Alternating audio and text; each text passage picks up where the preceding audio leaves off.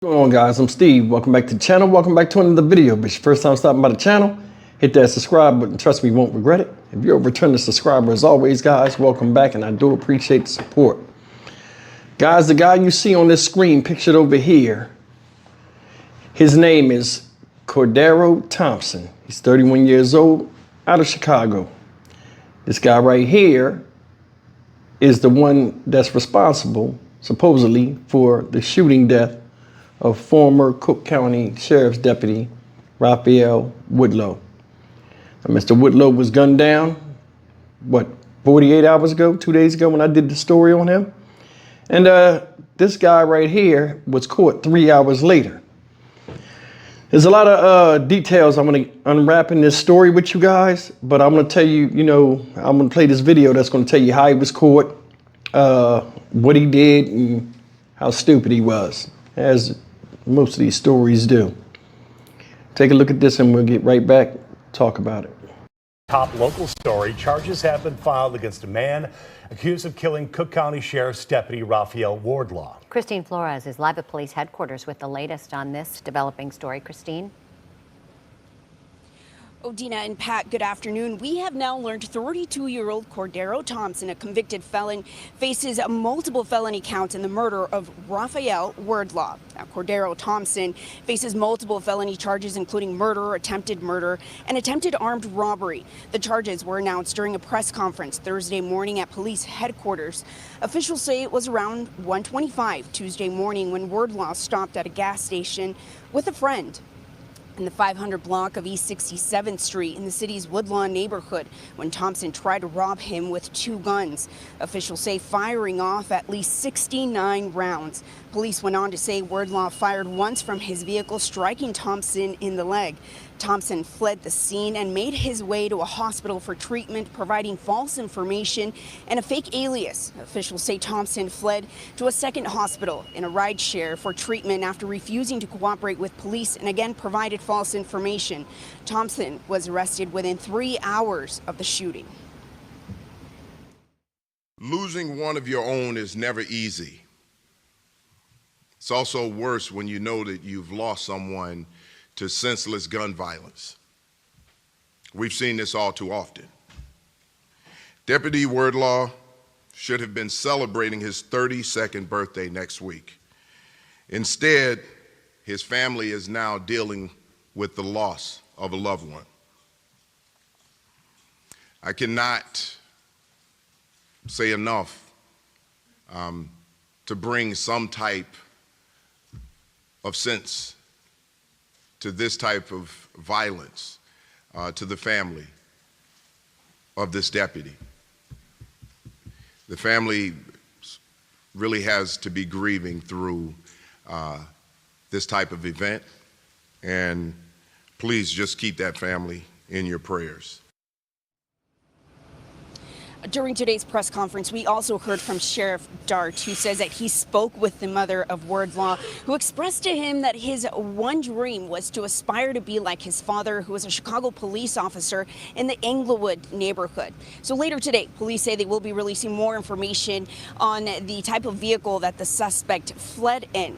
As for the suspect, he will be in court later today. For now, reporting from police headquarters, Christine Flores, WGN News. All right, guys, that's the story of Cordero Thompson, arrested, charged with multiple murder charges for Rafeal Wordlaw, ex-Cook County deputy.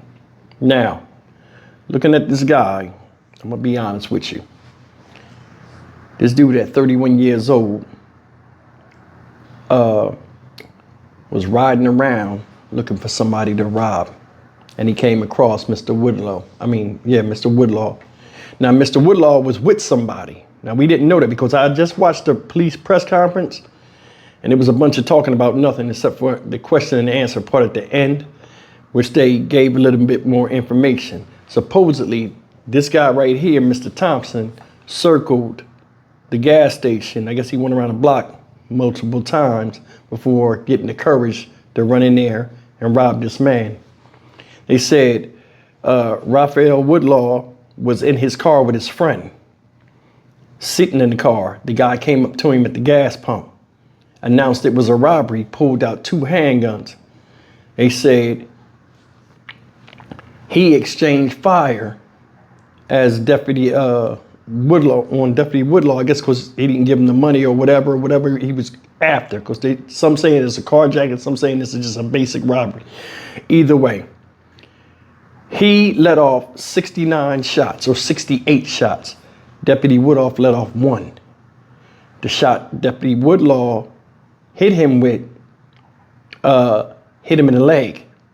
They said in the press conference that they had surveillance footage of the guy limping away after he got hit. So they scoured the hospitals like they always do for gunshot wound victims. Come across him. He won't cooperate with the police.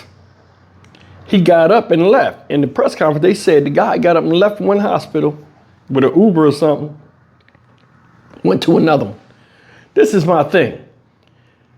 He left after the police were questioning him. So they just up and let him leave during the investigation of an officer shot, or just how he got that gunshot. And that's the thing a lot of people don't understand, especially a lot of younger people that's out here in the street. Anytime your dumbass gets shot, the hospital will call the police. You're going to have to answer some questions, whether you like it or not. And if you keep your mouth closed and be belligerent and not wanting to cooperate, it raises more red flags. Went to another hospital, boom, got him over there. He said they put him at the scene, his DNA from him being shot, the blood, his DNA matched being at the scene, gunpowder residue, evidence. They haven't found the weapons. He got rid of the weapons. But they said the weapons that were used in the shootout involving both of these guys was a 40 caliber, a 45 caliber, and a 9mm. They said they have information or owns to believe that one of the guns was a switch type weapon. You know what I'm saying? Meaning he had one of those switches on it where you pull the trigger and it turns into a fully automatic machine gun. They said he shot off 68 rounds in seconds. You know what I'm saying? Pulling the trigger, you're not going to get 68 rounds out of whatever. But I mean, obviously he had an extended clip. And this is my thing. 1:30 in the morning or 1:30, 2 o'clock is when this happened, right? A lot of people are saying, hey, you know, you shouldn't be at a gas station, this and that, and in the middle of the night. And yeah, I understand that. I don't do that. But for some reason, this guy felt safe because he had a friend in the car. This guy walked up on him, ran up on him with somebody else in the car. Is that bold or what? Think about it. All of that energy you put into going to rob a stranger that you didn't know was a cop, where you yourself took a bullet, you know, in the altercation as well, could have been used to do something productive. Now, I don't know this man. I'm looking up at him right now. He looks skeevy. Got that shit on his fucking face. You know what I'm saying? I mean, come on. Where we going here? Felon, one of his charges is having a handgun after being a felon that can't use a handgun. So I guess he did robberies before, did some type of crime with a gun. Hard-headed. You cannot have accountability out here at any given time when let me rephrase that. You can't have laws to hold people accountable when the person breaking the law has no accountability. That's real. And that's the thing. That's one of the biggest things right now with this violence that we're seeing. People don't have no accountability. It's always whatever they want to do, and then when they get caught, I ain't do nothing. You ain't got me in this. It's like you got to go and prove to them that you caught them. We got you on camera. No, you don't. Let me see the camera. Like, come on, man. Come on. I don't see no end in sight with this. I just think this is just a new general way a lot of people act, and laws need to change with it. But I will tell you this before I leave. It's crazy to me how when a cop gets shot, they come up with a suspect like that. But all these other murders that be out here, you know what I'm saying? A lot of them go unsolved. I don't understand it with forensics and the way things are right now. And you should be grabbing people just as fast as you grab this dude. In a lot of cases, not all, but a lot of cases. You know, it just makes me think. Either way, man, like I said, cop or not, may this guy rest in peace. May his family get some type of peace after this is all over with. I mean, because you're never the same after losing a loved one. And that's it. Stock Market Steve for the Dynamic Reason channel. As always, like, comment, share, and subscribe. I'll see you in the next video. Take care.